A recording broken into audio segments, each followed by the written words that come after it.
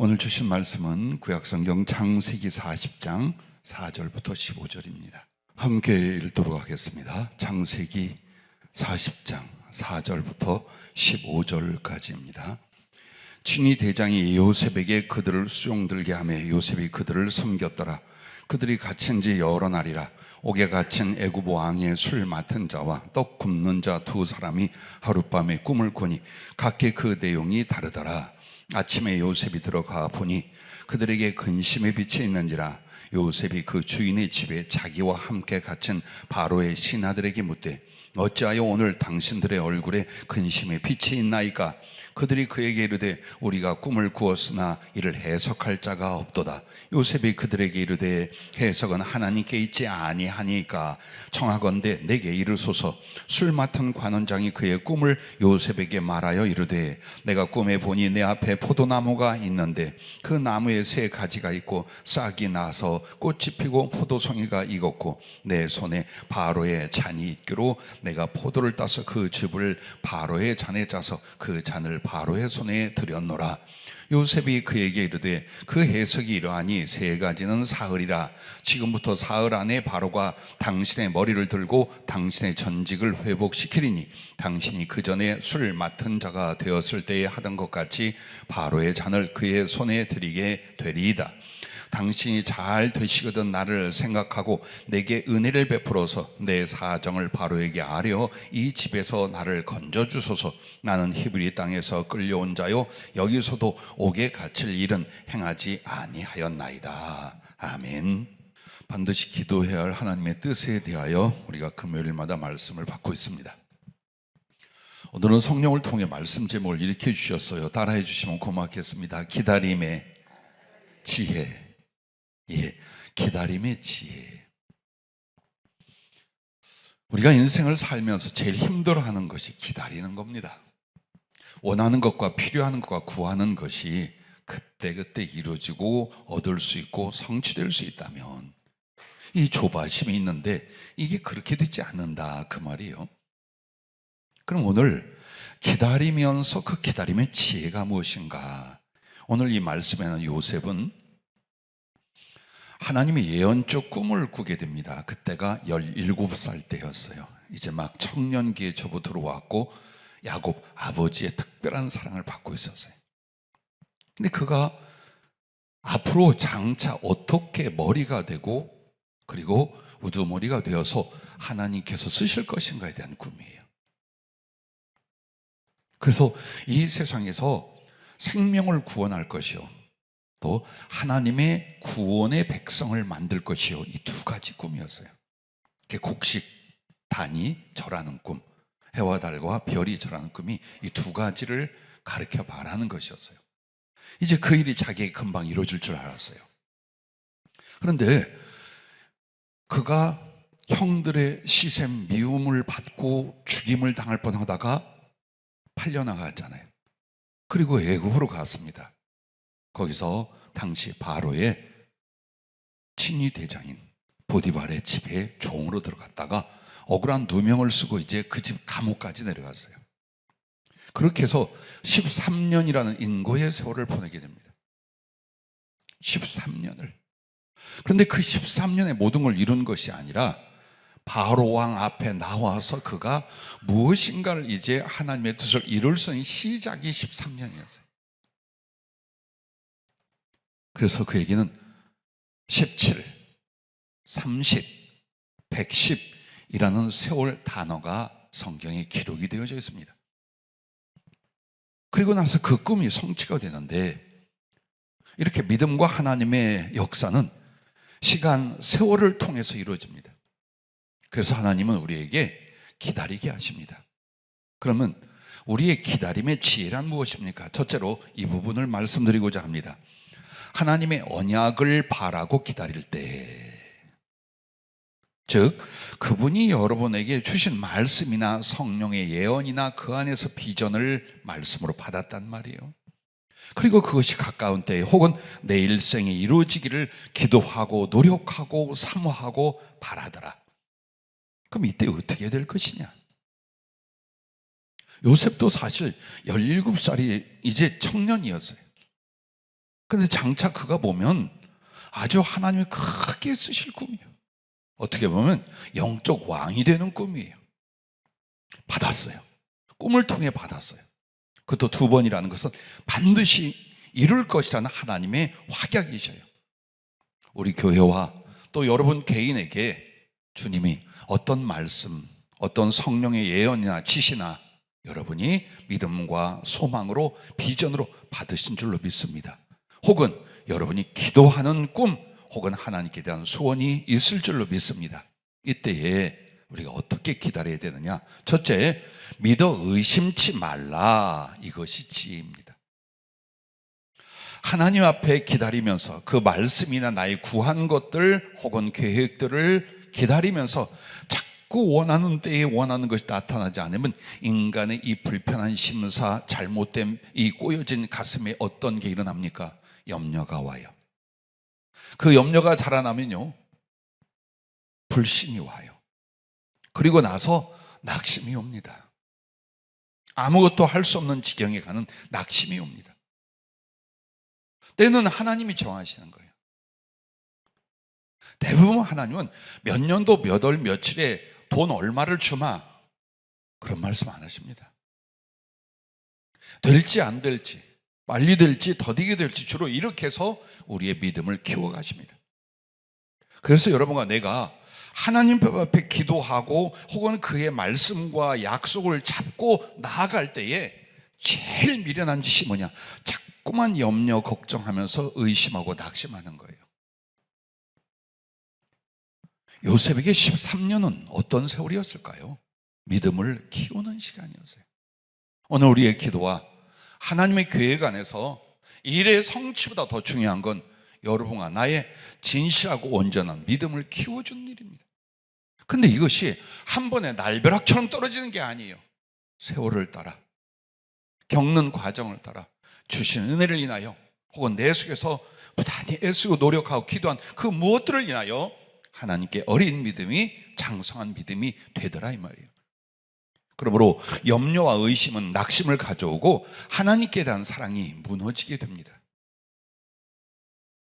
왜 하나님이 그 일을 안 해주시겠어요? 왜 못 해주시겠어요? 그러므로 우리의 믿음은 이 일이 되느냐 안 되느냐가 아니에요. 하나님에 대한 믿음이에요. 그 일, 그 기도, 그 내용을 통해 내가 내 하나님을 향한 믿음이라 그 말이에요. 그분이 능력이 없어 못 이루실까? 십자가에서 죽기까지, 지옥의 저주까지 감당해 주신 그분이, 그리고 먼저 말씀하신 그분이 이걸 이루지 않겠는가? 여기에 대한 믿음이에요. 그러므로 하나님의 존재와 인격과 그 말씀의 지존하심에 대한 믿음, 그게 바로 우리가 기도할 때 혹은 하나님께 말씀 받은 것에 대한 믿음이 여기에 있다는 걸 잊지 말아요. 염려 놓습니다. 상황이 어렵기 때문에 혹은 매우 곤란한 지경에 가서 하나님 나를 도우시나이까, 하나님 나의 기도를 들으시나이까 할 수 있어요. 하지만 그게 자꾸만 염려와 의심으로 올라가게 되면 아무것도 주님을 향한 믿음과 소망을 갖지 못하는 낙심의 상태가 옵니다. 행여 그렇다면 돌이키십시오. 돌이키십시오. 그러므로 결국 작게나마 있어도 하나님께 대한 사랑이 무너지고 맙니다. 제일 비참한 크리스찬이 누구냐? 이 속에 믿음이 무너짐으로 하나님에 대한 사랑이 부서진 사람들이에요. 근데 생활이 나아지면, 사람의 사랑을 받게 되면, 혹은 미래에 어떤 좋은 약속과 계획이 세상에서 발견될 수 있다면 자꾸만 그쪽으로 몇 년을 더 살 건데, 몇 년을 더 살 건데 그 지경이 되냐 이거예요. 그래서 어떤 기도에도, 어떤 하나님의 말씀을 붙들었음에 대해도 의심하지 않는다, 염려하지 않는다, 낙심하지 않는다. 왜? 그분이 나를 사랑하시기에, 그분이 하신 말씀이요. 내가 기도하는 것도 누가 말했어요? 주님이 말했잖아요. 기도해라 그럼 들어주겠다고. 내가 이것을 하나님께 기도하는데 내가 내 고집으로 하는 게 아니잖아요. 그분이 말했어요. 믿음으로 무엇이니 구하면 내가 이루어 주려고 했어요. 그러므로 나의 기도도 어디에서 온 거예요? 그분의 말씀에서 온 거예요. 꿈을 꾸고 환상을 보고 혹은 하나님의 특별한 방법으로 성령으로 예언이나 지시를 줄 수도 있지만, 내가 무언가를 믿고 기도할 때 그 내용이 어디에 있는 거예요? 주님 말씀이 있는 거잖아요. 그러므로 어느 상황에도 염려와 의심과 낙심을 용납하지 말라는 것입니다. 그래서 믿음은 주님 앞에 나아가는 혹은 그 일의 성취를 향하여 넘어갈 수 있는 다리가 된답니다. 아무리 골짜기가 있고 혹은 바다가 있을지라도 나의 믿음, 내가 구하고 하나님을 바라는 그 믿음은 이것을 넘어가 그 일을 성취하고 주님을 만나는 다리가 되나 의심은 그 다리를 무너지게 만든답니다. 내 믿음은 하나님이 나와 함께 하시고 그 말씀을 이루시는 이유랍니다. 왜 하나님이 하냐? 네가 나를 믿기 때문이야, 이 말이에요. 해줘야 될 의무가 있는 게 아니고, 우리한테 빚지는 하나님이 아니라 왜 그걸 응답하시고 왜 그 말씀을 성취하느냐? 네가 나를 믿기 때문이야. 그게 이유랍니다. 엄청나게 이쁘고 대단해서가 아니에요. 하나님을 믿지 않는 자들 중에 믿어, 이 사람. 그 말씀 이루실 걸, 그 사랑 이루실 걸, 그 기도 들으실 것을 믿어요. 바로 이 믿음이 하나님이 함께 하시고 그것을 성취하는 이유라고 성령이 말씀을 하셨습니다. 자, 두 번째는 이것입니다. 첫째가 믿어 의심치 말라, 이게 지혜라면, 두 번째 우리가 하나님을 기다릴 때의 지혜는 기도하며 주님과 소통하라라는 것입니다. 자, 기도를 하는데도 자꾸 낙심이 오거나 염려가 오거나 인간적인 수단 방법으로 치우쳐요. 이유는 기도는 나의 필요와 구할 것을 자꾸 말만 해놓고 그 내 기도를 들으시는 주님하고는 소통을 안 해. 그러니까 기도가 뭐가 됩니까? 나의 나중에는 믿음이었는데 나중에는 고집이 돼요. 그리고 일방적이에요. 신앙생활에 제일 어려운 게 뭐냐? 일방적이라는 거예요. 신앙생활을 다른 말로 하면 주님과 우리의 교제, 사귐이라고 할 수 있어요. 그런데 기도 속에 주님과의 교제, 사귐, 소통이 일어나지를 않아. 기도는 해도 절망이 오고 기도는 해도 깜깜해지기 시작하는 거예요. 그래서 여러분이 기도는 일방적으로 말을 아뢰려고 하지 말고 주님과의 소통을 이루자, 혹은 교제 안으로 들어가자, 이걸 신앙생활 초기부터 힘쓰고 구해야 돼요. 그래야 사람의 말에 귀 기울이지 아니하며 환경에게 지지 아니하며 마귀에게 시험당하지 않는 거예요. 왜? 그분이 내 안에 말씀해 주시고 그분이 나를 만지시고 그분이 내게 가르쳐 주시고, 성령을 주신 이유는 육신의 주님이 구속을 이루시고 하늘로 올라가실 거예요. 그래서 그 주님이 우리 안에 언제나 영원히 거하시는 방법으로 주님의 영을 우리 안에 부어주신 줄로 믿습니다. 근데 그 주님의 영은 주님의 말씀을 생각나게 하고 가르치시게 하고 장래일을 말씀을 해주셔요. 즉 성령이 내 안에서 제일 많이 여러 가지 일을 하신 중 제일 주관적으로 하는 게 뭐냐? 주님의 말씀이 생각나고 깨달아지고 가르쳐지고 그리고 장래일을 일러준, 이거 즉 뭡니까? 소통이 일어나게 한다, 이 말이에요. 그런데 여러분이 기도하면서 주님과 소통을 경험하지 못해. 그 이유는 은혜가 인색해서가 아니에요. 혹은 특별하고 신비로운 영적 체험과 은사가 있어야만 되는 게 아니에요.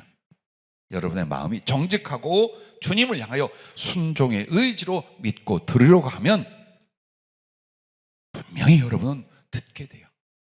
양심이 불신과 악에 붙잡혀 있지 않다면 그 양심은 성령의 지각적 도구가 되셔요. 즉 여러분과 소통할 수 있는 여러분의 심령이 주님이 만들어 놓으셔요.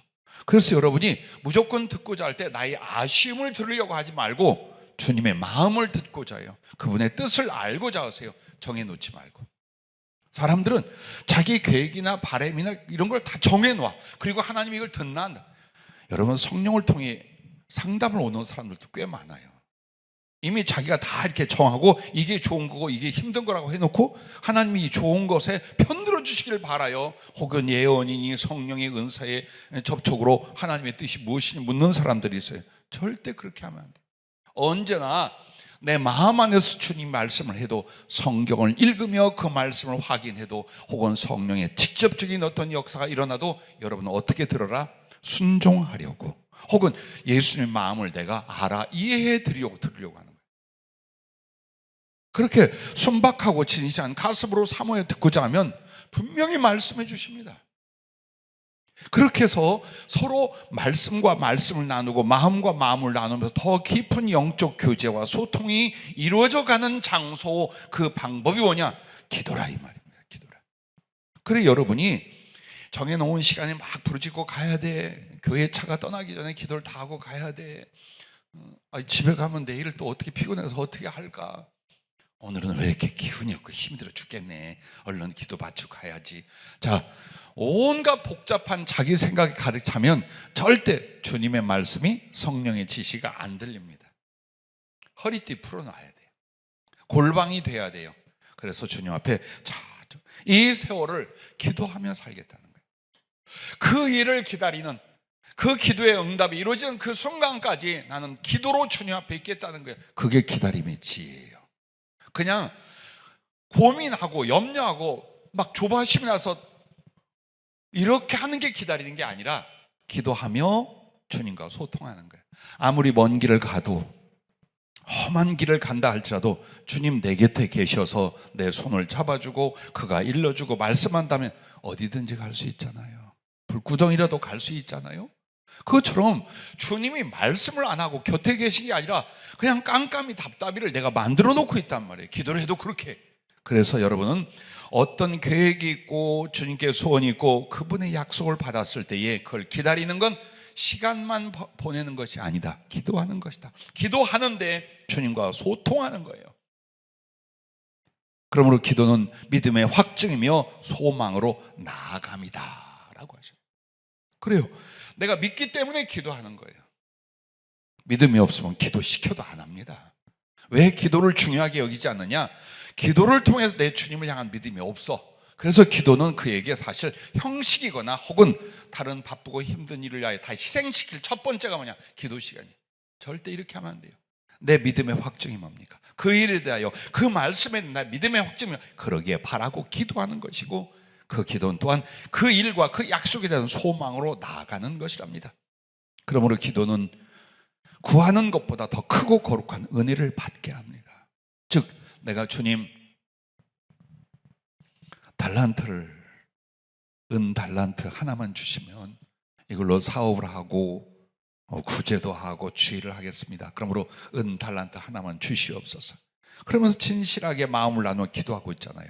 그럼 주님이 나중에 주는 건 은 1달란트도 주지만 금 5달란트도 줄 수 있다. 어떤 기도든지 내가 구한 것만 달랑 얻게 하시지 않아요. 그 기도의 세월과 순간들을 통해 하나님이 내가 생각한 것보다 더 크게, 능히 더 크고 많은 것으로 은혜를 베풀어 주셔요. 그래서 여러분에게 이 기다림의 시간 제일 중요한 건 뭐냐? 기도 더 하라고. 할렐루야. 기도로 그것을 준비하라고. 할렐루야. 이걸 주님이 우리에게 요구하시고 가르쳐 주고 계신 것입니다. 그래서 여러분과 내가 기도가 끊쳐지잖아요. 믿음도 성취도 끊어지게 된다. 내 인생에 왜 그게 안 돼서 그 믿음의 기도 끊어졌잖아요.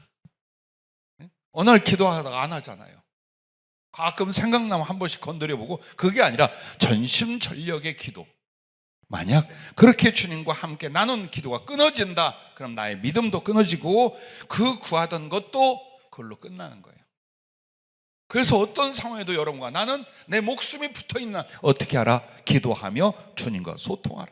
그래서 주님과 소통하면 일러주기 때문에 믿음이 없어지지 않아요. 경험하게 만들으니까 소망이 더해지고, 이 과정에 그 일을 이루어주는 것보다 더 좋은 건 주님과 나의 이 사랑이라는 말이에요. 이런 것들을 만들어가는 거예요. 그래서 기도를 짧게 끝내고 팍 응답해 주시면 얼마나 좋겠어요. 헌데 어떤 것은 몇 년을, 어떤 것은 평생을, 어떤 건 다음 날, 이렇게 응답하고 역사하는 이유가 바로 이런 부분 때문입니다. 자, 이 감옥 속에 있던 요셉이 하나님의 계시에 꿈은 꿨어요. 그런데 그 속에서 얼마나 기도하며 기다렸는가? 꿈을 해석하는, 즉 하나님과 소통하며 하나님께서 지혜를 주시는 은사가 아주 크고 능하게 그에게 왔어요. 가만히 있는데 왔을까요?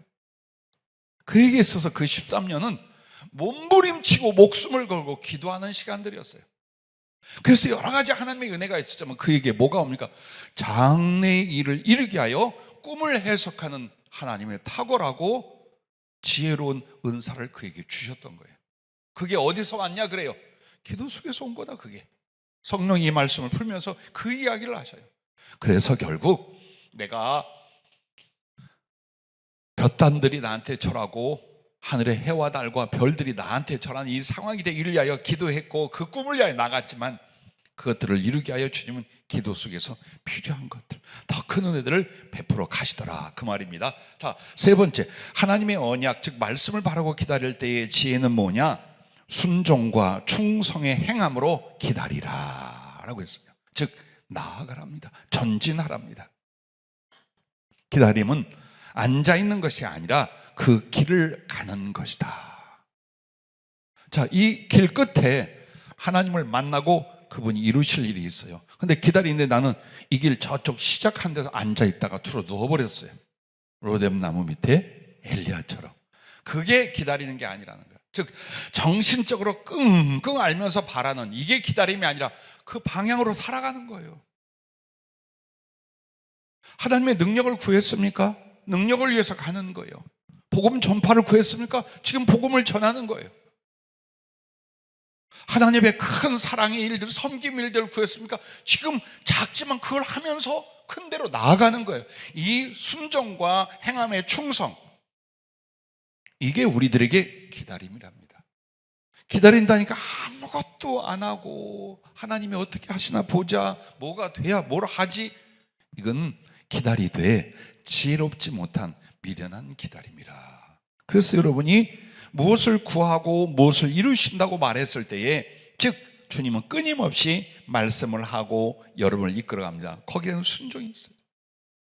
기다림은 여러분 보세요, 순종과 충성으로 주의 약속을 빠르고 완전하게 이루어주셔요. 그러니까 내가 하나님 앞에 이것을 주시옵소서, 혹은 그분이 나에게 너한테 이런 것으로 주의 일을 하게 하리라 했다 이 말이에요. 근데 이 시기는 몰라. 이 시간은 우리가 계산을 못한다 이 말이에요. 왜? 하나님은 소관이에요. 그러나 더 빠르고 완전하게 그게 성취되는 게 어디에 있느냐? 그 기다림 속에 얼마나 순종하고 충성했는가, 이걸 통하여 기다림의 시간을 줄인답니다. 왜? 그걸 만들려고 했거든. 그걸 주님 만드시려고 해요. 근데 보니까 소망도 있고 믿음의 기도는 하는데 순종이 안 만들어져. 충성이 진행이 안 돼. 이 사람이 지금 주님은 이 부분을 만드시려고 하는데 자꾸 기도 끝에 그것만 달라고 하는 거예요. 그래서 주님은 더 깨달을 때까지, 더 변화를 일으킬 때까지 이 모양 저 모양 연단하며 기도하며 그 소망과 계획을 늦춰가셨던 거예요. 근데 이 사람은 다짜고짜 하나님 앞에 기도하고 그리고 하나님의 계획과 약속 주식을 붙잡고 있더니 어떻게 하는 게 순종인지, 혹은 그 일들을 위하여 나는 어떤 것이 준비이며 충성의 행위인지 여기에 힘을 쓰고 있더라 이 말이에요. 선교를 위해서 만약 기도를 했다면 선교를 위한 준비를 해야지. 성령 충만을 위해서 기도했다면 성령 충만을 위하여 어떻게 했어야지. 여러분들 그런 걸 말하는 거예요. 물질로서 주의를 하려면 거기에 관한 지식과 지혜라든지 방법, 사업의 진행이라든지 그러면서 또 하나님의 은혜를 구하는 바로 이 부분들이 있었는지, 사랑한다고 사랑하지 않는 내 가슴의 비교본을 통해서 주님 앞에 그 일을 이루겠다, 안 된다 그 말이에요. 요셉은 언제나 어디서나 주님 앞에 순종과 작은 섬김과 충성을 이뤘어요. 보디발에게 보내졌을 때에 그 세상 말로 땡땡이 치고 눈가림하고 못된 짓 하며 생명을 유지 혹은 이익을 얻을 수도 있었잖아요. 그렇게 안 했어요. 정말 보디발을 주인처럼 형처럼 그렇게 섬겼어요. 억울한 누명을 쓰고 감옥에 던져졌을 때 감옥 안에서의 사랑과 섬김이 기가 막혔어요. 그래서 간수장이 모두를 맡겨요. 그러다가 바로의 대신 중에 술 맡은 관원과 떡 맡은 관원, 자, 왕에게 직접 음식을 드려요. 이게 보통 직분이 아니에요. 근데 이 사람들이 어떤 오해인지 잘못 때문에 그 시대장의 감옥 안에 들어갔어요. 근데 그 사람들은 어때요? 수발을 잘 듭니다. 아첨 때문인가요? 아니요, 체질이야. 하나님의 뜻을 위하여 순종하는 것과 혹은 남을 섬기는 것과 자기에게 주어진 맡겨진 순간들의 충성 잘하고 있는 거예요. 그러다가 어느 날 이 두 관원이 꿈을 꾸었어요. 근데 바로 지금 이 해석을 해준 관원은 술을 맡은 자예요. 그가 꿈을 꿨는데 포도나무가 있고 가지셋이 쫙 커져 있어요. 거기 꽃이 피고 포도 열매가 맺더니 잘 익은 포도주를 바로 왕에게 들어서 드시게 했더라. 그랬더니 뭡니까? 당신이 복직이 될 겁니다. 가지셋은 3일을 가리키고, 그리고 당신이 술을 들였다는 건 바로가 그 직분을 다시 복원하고 당신을 데려가는 것입니다. 자, 그렇게 해서 실제로 그렇게 됐어요.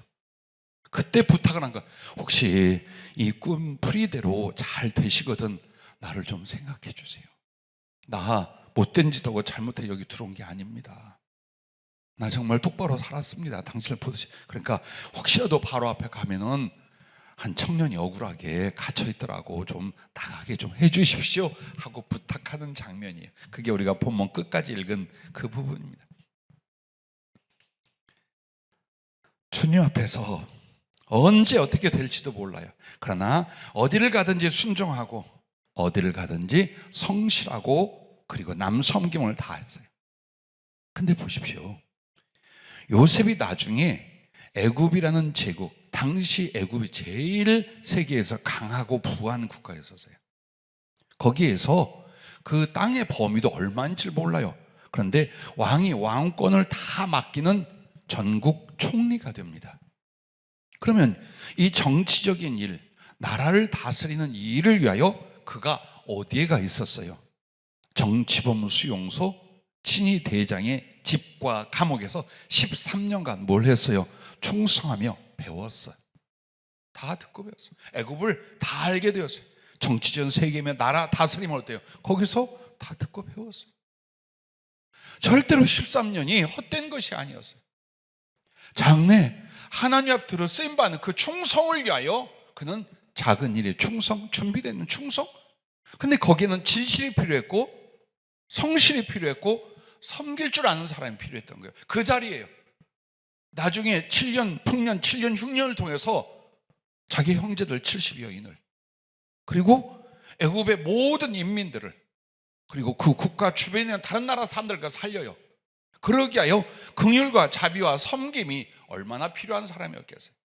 그리고 그 어려운 때를 어떻게 치세하며 다스려야 되는지 지혜와 경험이 있어야 되지 않겠어요? 그걸 13년 동안 거기서 기도하며 순종과 충성 혹은 충성의 준비를 하게끔 만들어 주셨다는 겁니다. 그래서 30세에 등극을 했어요. 별거 아니잖아요.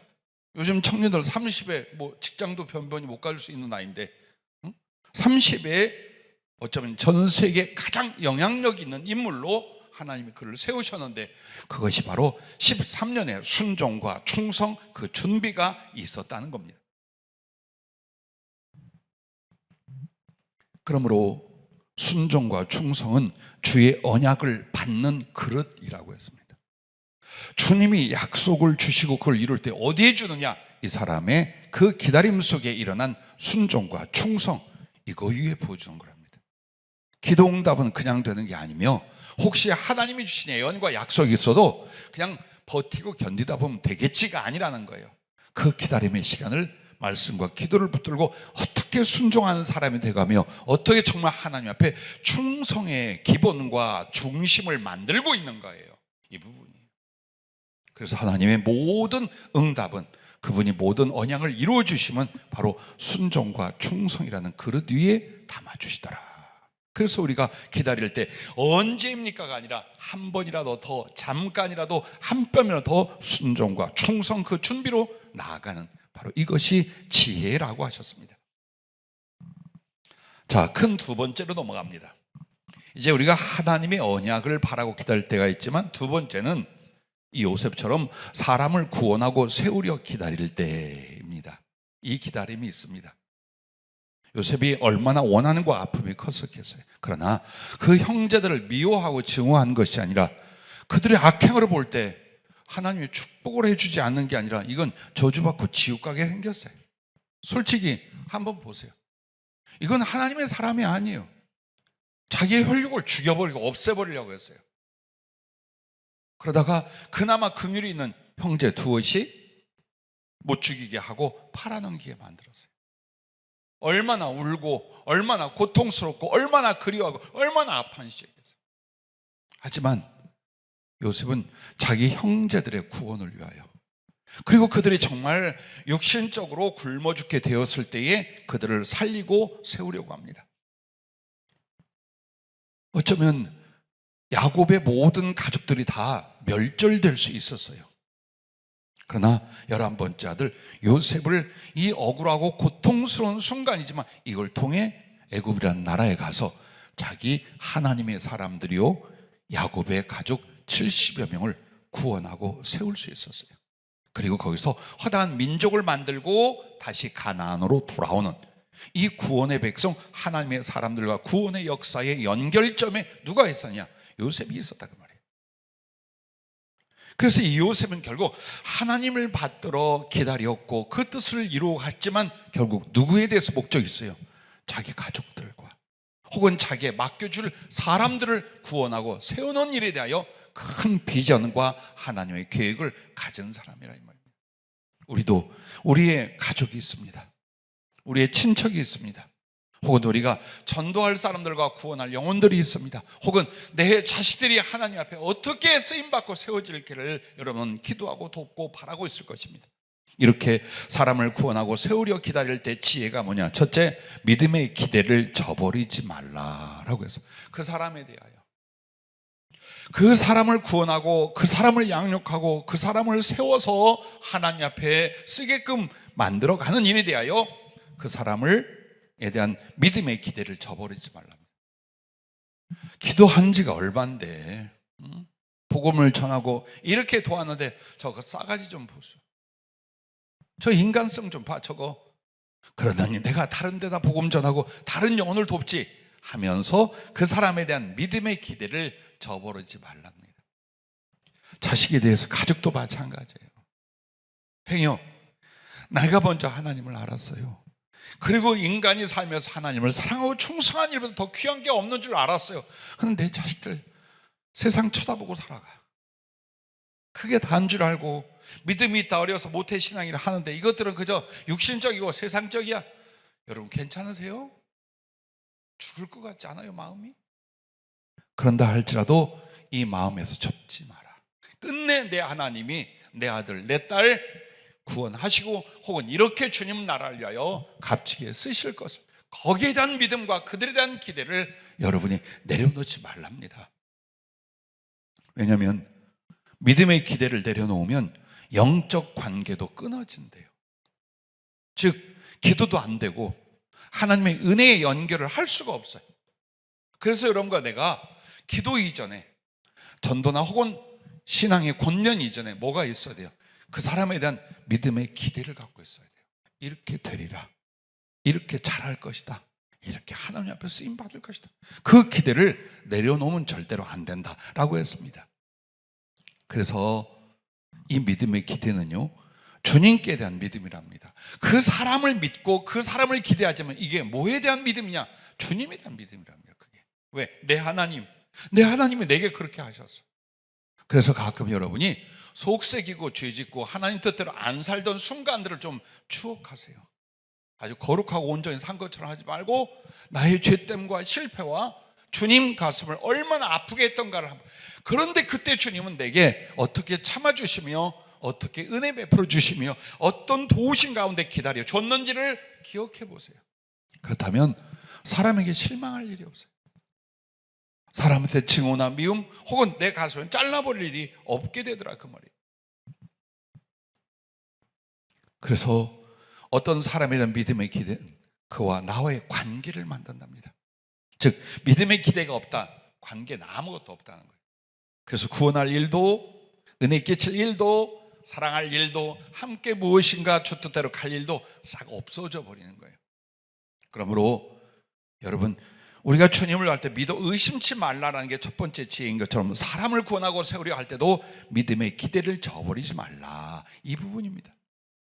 요셉이 만약 자기 가족들 가슴에서 지웠어요. 만나면 죽여버렸을 거예요. 증오와 원한만 품고 있었어요. 구원하거나 보고 싶거나 사랑하는 마음이 없어졌어요. 그때 자기 형들을 만났어요. 자기는 애굽의 총리가 되었고 이 사람들은 먹을 식량을 동량하다시피 지금 왔어요. 이거 정말 어떻게 볼 것 같아요? 그러나 그 가슴 속에서 자기 형제 가족에 대해서 한 번도 내려놓지 않았어요. 만난 뒤에 어떤 가슴으로 정을 억제하지 못하고 가서 통곡하는지, 형제들에게 이만큼도 미움이나 증오나 저주가 없어요. 왜? 기도하며 그 형제 가족들을 위하여 기도해왔기 때문에. 믿음의 기대는 영적인 연결이며 혹은 관계를 만들어간다는 게 바로 이런 것들입니다. 두 번째 지혜는 기도로 주님께 끊임없이 부탁하라라는 것입니다.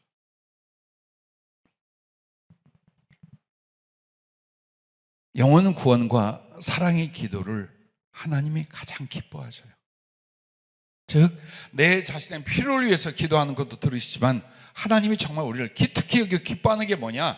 바로 영혼을 구원하려고, 그리고 그들을 사랑하고 섬기기 위해서 하나님께 기도하는 거 하나님이 아주 기뻐하셔요.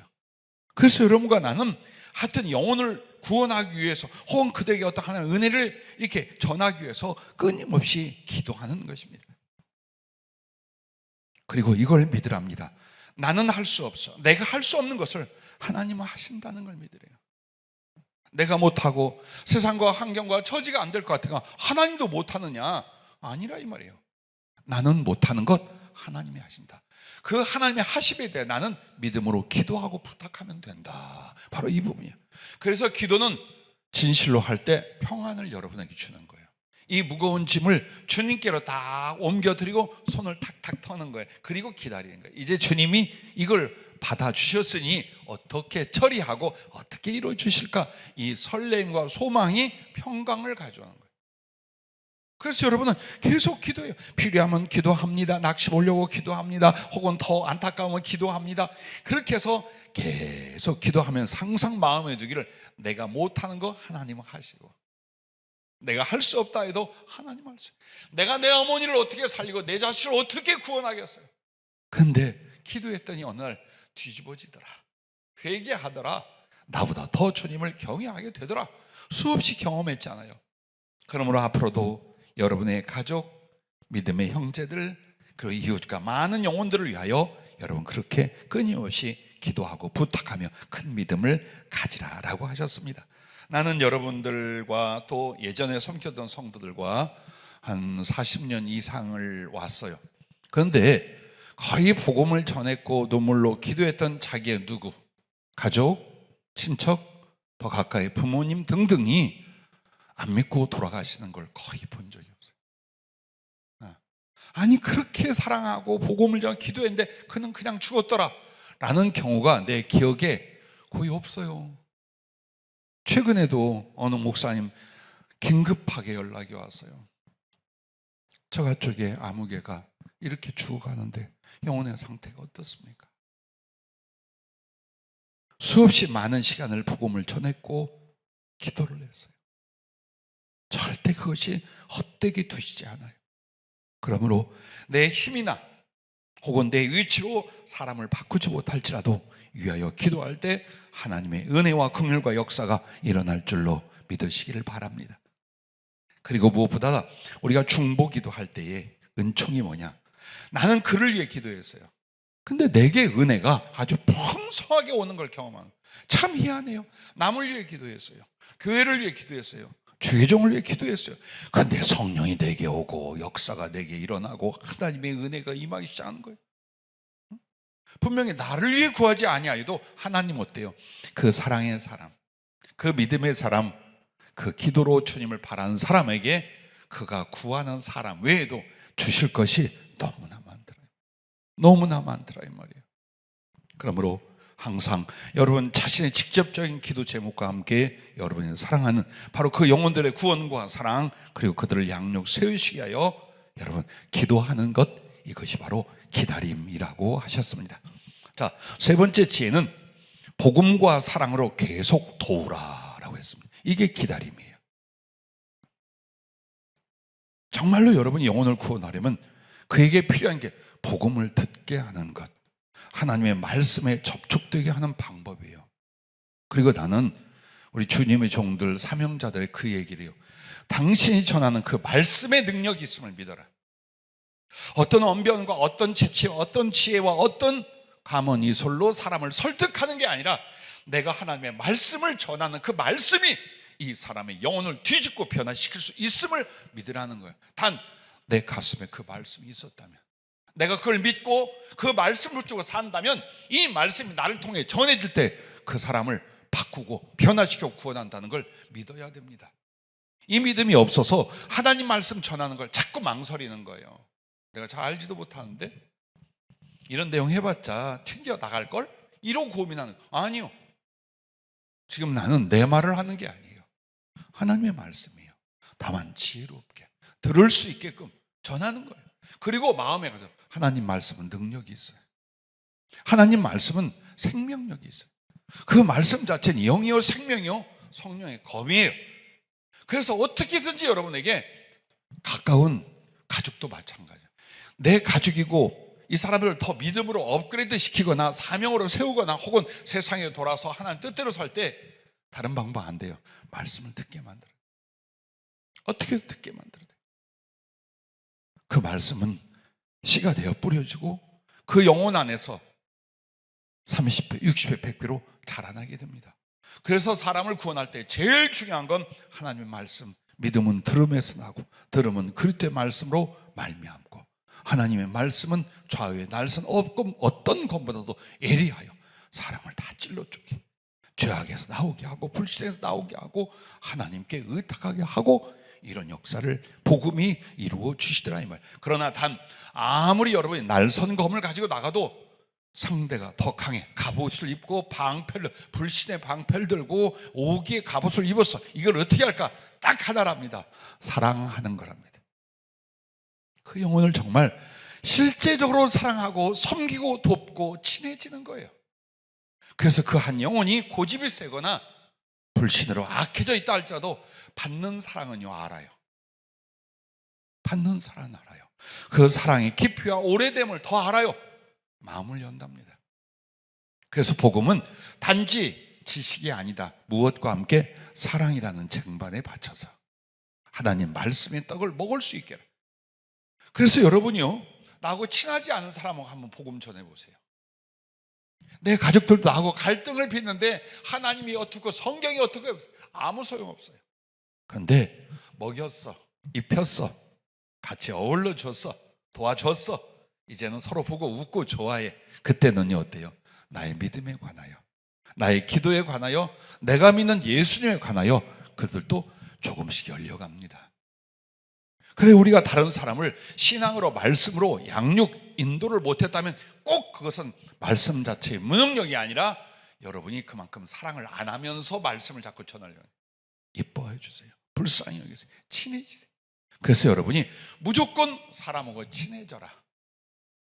어디를 가든지 하다못해 내 가족하고도 어때요? 친밀함이 있어야 돼요. 껄끄러우면 안 돼. 절대로 아무것도 못합니다. 친해져야 돼요. 사랑스럽게 해야 돼요. 섬기려 해야 돼요. 품고 이해하려 해야 돼요. 그렇게 가족 안에서, 교회에서, 우리 교회 소문났던데요, 쌩하다고. 20년 동안 그 소문이 계속이야. 우리 교회는 다 열심인데 쌩하대. 뭐가 쌩하냐? 서로에 대한 친밀감이 조금 거시기하게 보였나 봐요. 정말 여러분들이 새로 오는 사람이나 다시 만나는 가족이나 이웃들에게 있어서 생글생글 번글번글 친절하고 사랑스럽고 언제든지 어떻게 다시 한번 쳐다볼 수 있는 그런 마음이라. 큰 일은 못해도 작고 큰 일마다 여러분이 친절과 사랑으로 혹은 사람에게 지혜와 그리고 그들 마음속에 어떤 기대감으로 자꾸 관계를 만들어 가세요. 그러면서 우리가 더 큰 일들, 물질로 하든 무엇으로 하든 더 큰 일들, 아름다운 일들을 전 세계에 나아가 하게 될 줄로 믿습니다. 그래서 여러분이 어떤 특정한 사람들이 있습니까? 복음 전하기로 혹은 그 사람들이 하나님의 뜻대로 이렇게 세워지기를 위하여 여러분이 돕고 있습니까? 그렇다면 하나님의 말씀의 지혜와 그리고 부지런히 섬기고 사랑한 바로 이 관계성 안에서 충분히 이루어질 것을 또한 믿으시기를 바랍니다. 그래서 주님이 사람을 구원할 때 어떻게 하느냐? 그 영혼이 불쌍하고 소중해서 구원해요. 근데 그 관계성 작용은요, 누군가가 하나님을 사랑했어요. 이렇게 보니까 지금 전도한다 혹은 누군가를 하나님의 뜻대로 세우겠다 하면서 그에게 정말 복음에 열심히 지혜롭게 전하는 충성을 보여요. 어렵고 힘들어도 긍휼과 섬김이 있고 도움이 있고 사랑이 있어요. 이건 하나님께 대한 충성이에요. 그 사람에게 끝나는 게 아니라 하나님에 대한 충성이에요. 그래서 하나님이 사랑스럽게 여겨요. 그리고 하시는 말, 야, 내가 네게 무엇을 해주랴? 돈을 많이 주시옵소서. 이랬던 사람도 있어요. 지금도 그런지 모르겠어. 모든 게 형통케 하옵소서. 아마도 여러분이 진정 하나님을 사랑하고 그 사랑에 잡혀있다면 이렇게 말할 거예요. 내가 사랑하는 사람들을 구원해 주시옵소서. 내가 평생에 아파하며 기도했던 그들을 구원해 주시고 그들이 하나님을 더 사랑할 수 있게 해주십시오. 이거 알아요, 주님이. 그래서 나의 사랑을 기뻐하는 주님이 나를 기쁘시게 하게 하여 내가 사랑하는 그 사람들을 구원하기도 하고 세우시기도 하더라 그 말이야. 그걸 알아야 돼요. 근데 내 행위나 삶이 영혼들을 사랑하는 것도 없고 복음 전한 것도 없어요. 그렇다면 나를 보시며 하나님이 너 때문에 누구를 구원하고 너 때문에 누구를 쓰고 너 때문에 내가 누구를 축복하리라, 이게 많을까 적을까요? 없어요, 그게. 그래서 내가 한 사람 혹은 어떤 무리들에 대하여 어떤 긍휼을 갖고 복음을 전하고 사랑을 하고 그 영혼을 구원하고 하나님께 영광을 최선을 다하는 거예요. 그걸 보고 주님이 기뻐하셔서 우리의 그 기도, 우리의 그 긍휼을 통하여 우리의 사랑을 받고 있는 그 사람들을 구원하기도 응답하기도 세워나가시기도 한다라는 것입니다. 요셉처럼 보세요.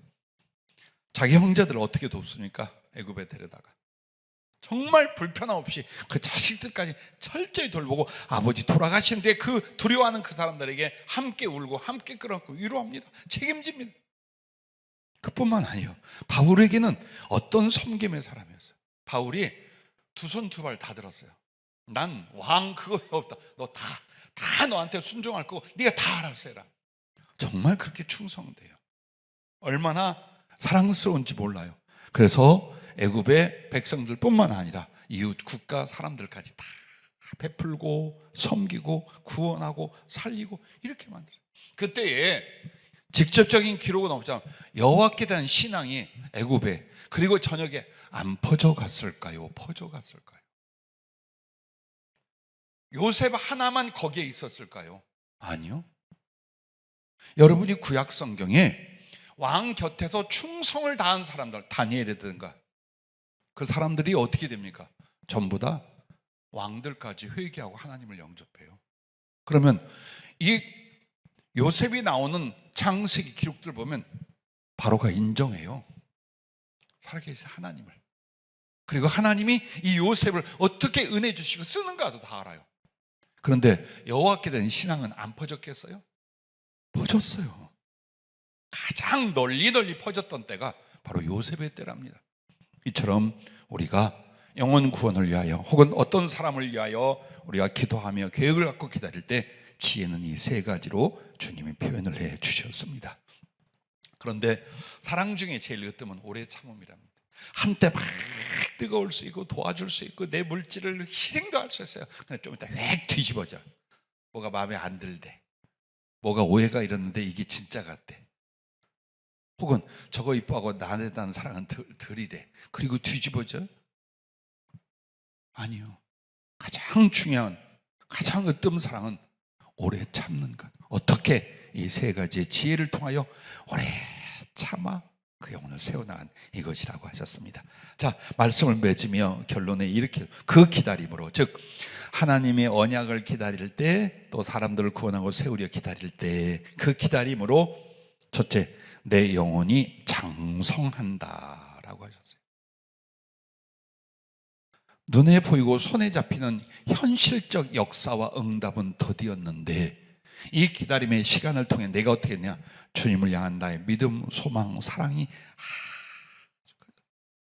당신을 알고 당신과 동행하며 당신이 원하는 성품과 영혼이 만들어졌어요. 그래서 여기 창세기 40장 9절부터 11절까지 보면 술 맡는 관원장 이야기가 나오잖아요. 거기에 포도가 바로 그 사람뿐만 아니라 요셉 자신에게 대한 말이랍니다. 그리고 오늘 성경을 읽는 우리들이 하나님 앞에 어떻게 기다려야 되는가, 그걸 말합니다. 자, 포도나무 심었어요. 얼마 걸려 포도가 열지 몰라요. 최소한 모든 과수는요, 몇 년 지나야 과일을 맺기 시작을 해요. 그리고 꽃이 피었어요. 꽃이 피고 열매까지 되는 데는 또 몇 개월이 걸려요. 근데 이제 중요한 건 이 익은 포도를 가지고 포도주를 담았어요. 그거 바로 내놓으면 안 돼요. 집에서 소주 부어서 해 먹을 때는 그 다음에 먹는지 모르지만 진짜 좋은 포도주는요, 몇십 년 가고 몇백 년 가는 것도 있어요. 그 맛과 향을 위하여 오래 묵은 포도주가 값이 싸고 좋은 거예요. 이게 다 뭐와 관계 있어요? 시간, 세월과 관계 있는 거예요. 그걸 말하는 거예요.